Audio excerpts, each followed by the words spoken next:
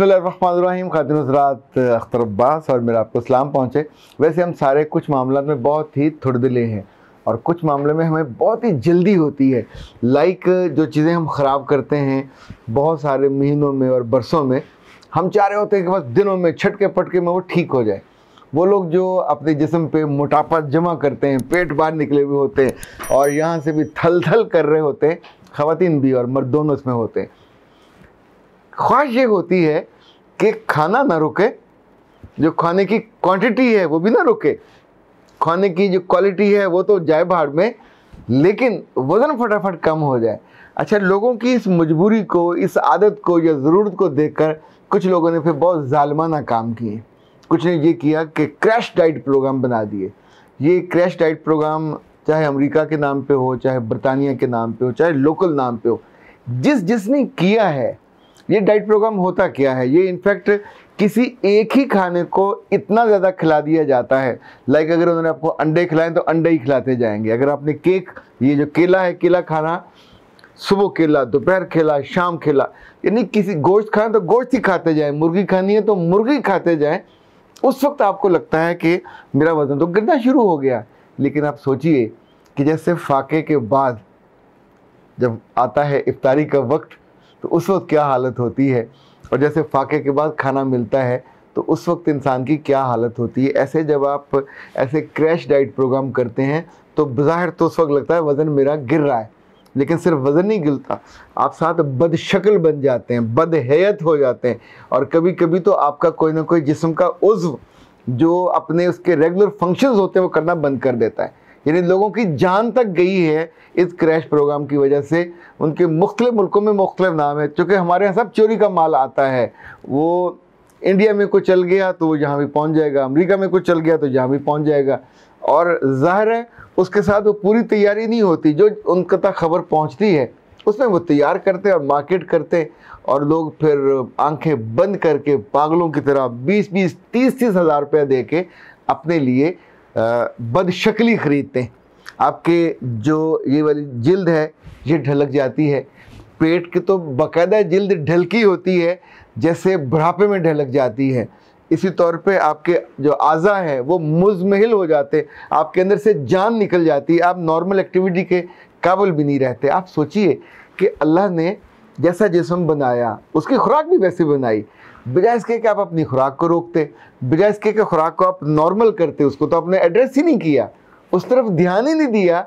आपने सोचा कि अभी मैं कुछ ऐसा काम करूं चमत्कार हो जाए। तो ये चमत्कार नहीं है, ये खिलवाड़ है आपकी ज़िंदगी के साथ, आपकी सेहत के साथ, आपकी खूबसूरती के साथ।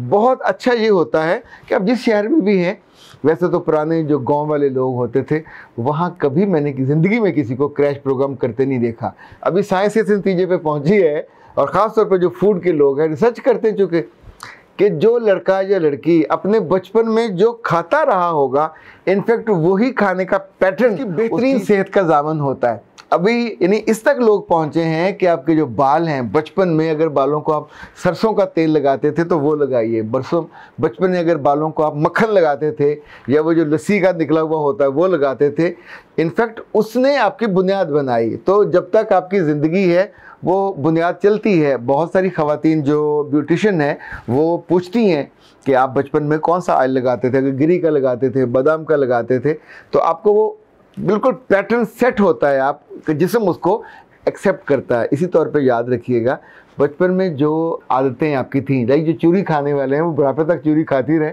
तो उन्हें बहुत ज़्यादा नुकसान नहीं होगा, चूँकि उनके जिस्म ने उसको कबूल किया हुआ होता है। पर चूरी में उन्हें शुगर और चीनी ये डालना बंद कर देना चाहिए। उस वक्त चूरी में या गुड़ डालते थे या शक्कर डालते थे, गुड़ को पीस के, लेकिन आमतौर पर शक्कर डाली जाती थी। शक्कर में सब कुछ होता है पर वो जहरीली चीज़ें नहीं होती जो चीनी में होती हैं। तो मिठास तो आपको मिल जाएगी, लेकिन उसी शक्कर में मिलेगी जो आपका बचपन में खाने का हिस्सा होता था। इसी तौर पे याद रखिएगा, भूख, झूठ और रग़बत, ये तीन चीज़ें जुड़ी हुई हैं। जब भूख लगती है तो पागल ना होइए, जब भूख लगे तो झूठ मत बोलिए, चूँकि एक अल्लाह के रसूल सल्लल्लाहु अलैहि वसल्लम की हदीस भी है कि भूख और झूठ को जमा मत करो। भूख लगी होती है, लोग पूछते खाना खाएंगे, हम कहते नहीं मैं तो खा के आया हूँ। प्यास लगी होती है, बुरा हाल होता है, कोई पूछ लेता मुरब्बत में पानी पिएंगे तो हम आगे से इनकार कर देते हैं। ये है भूख और झूठ को जमा करना, इसके बड़े नुकसान होते हैं। जिस लम्हे आपकी बॉडी की तलब है, वो पानी की है, वो खाने की है, उसको दीजिए। क्रैश प्रोग्राम बॉडी की तलब नहीं है। आप किसी एक ही चीज़ को एक्सेस में खा के अपनी बॉडी का नाश नहीं करते, सवा सत्यानाश करते हैं। डाइट प्रोग्राम है, आमतौर पर डाइट का लफ्ज़ आते ही हमें लगता है कि सेहत में से वज़न कम होने का एक प्रोग्राम होता है। बजाय इसके कि आप खुद करने लगें या किसी अखबार से पढ़ के, किसी रिसाले में इश्तिहार पढ़ के करें, किसी बेहतरीन न्यूट्रिशनिस्ट से मिले जो आपसे डाइट प्लान से कीजिए। आपका वज़न अहम है, आपका कद अहम है, आपकी जो मामूल है वो अहम है, इनफैक्ट आपकी उम्र भी बहुत अहम है। उसके लिहाज से वो आपको सजेस्ट करें। वो क्रैश प्रोग्राम नहीं होगा, उसमें कुछ वक्त लगेगा, लेकिन आप बिल्कुल शेप में आ जाओगे। शेप में आना ज़रूरी है या बदशक्ल होना ज़रूरी है? शेप में आइए, खाने की आपकी हैबिट्स बदल जाएंगी। जो आपके घर में खाना है वो आपको फल भी खिलाएंगे, वो आपको जो घर की चीज़ें वो सारी खिलाएंगे, लेकिन इस सप्लीमेंट पे नहीं लेके जाएंगे। नंबर एक, आपको क्रैश प्रोग्राम पे नहीं लेके जाएंगे जहाँ से आपकी सेहत का जो जहाज़ है वो यूँ क्रैश करेगा मुंह के बल, और लोग आपको मुड़ मुड़ के देखेंगे कि इसको देखा हुआ है कहीं। अच्छा, जब आप पहले इतना चाबर जितना मुंह था, फिर वो सुख के चुई जैसा मुंह हो जाता है, चला आपसे जाता नहीं है, तो मजाक का निशाना भी बनते हैं। और लोग उस वक्त कभी कभी तो पूछते हैं कि ये फाकाज़दा इंसान जो है, ये अफ्रीकी किसी मुल्क में गया हुआ था, वहाँ से वापस आया, इसको क्या हुआ है? ऐसे इंसान जो फाकों की वजह से या इस क्रैश प्रोग्राम की वजह से कुछ अर्सा कम वज़न का एंजॉय करते हैं, तस्वीरें छापते हैं, लोगों को देते हैं, मुतासर करते हैं, और उसके बाद फिर वो बढ़ना शुरू होते हैं और बढ़ते बढ़ते फिर पहाड़ की शक्ल इख्तियार कर लेते हैं। ये जितने लोग क्रैश प्रोग्राम्स को अपनाते हैं, इन सब के साथ बाद में इतना बुरा होता है, सेहत भी जाती है, कभी कभी जान भी जाती है। आप इनफैक्ट बहुत सारे जो तवाज़न के साथ ज़िंदगी के खूबसूरत अफ़आल हैं वो नहीं कर पाते। आपको सेहत के कितने सारे सीरियस इश्यूज़ हैं वो लाहक हो जाते हैं, क्योंकि आपकी जिस्म की मिठास भी पूरी नहीं हो रही होती, कैलोरीज पूरी नहीं हो रही होती। जो जो जिस्म की तलब है, रब ने, आप सोचिए, हर मौसम के एतबार से फल बनाए, हर मौसम की सब्ज़ियाँ बनाई हैं।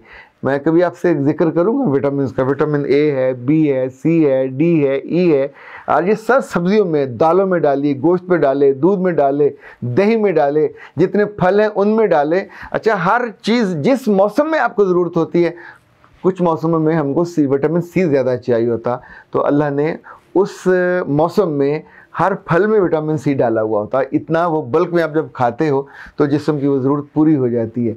ये रब कोई क्रैश प्रोग्राम नहीं करता। इनफैक्ट अब तो होले होले जो सेहत के डॉक्टर हैं वो ये कहते हैं कि आपको फलों का, अच्छा फल भी कभी आप 4 किलो का तरबूज लेके बैठ जाए और सारा खा जाए, अल्लाह माफ़ करे, शुगर हो जाएगी।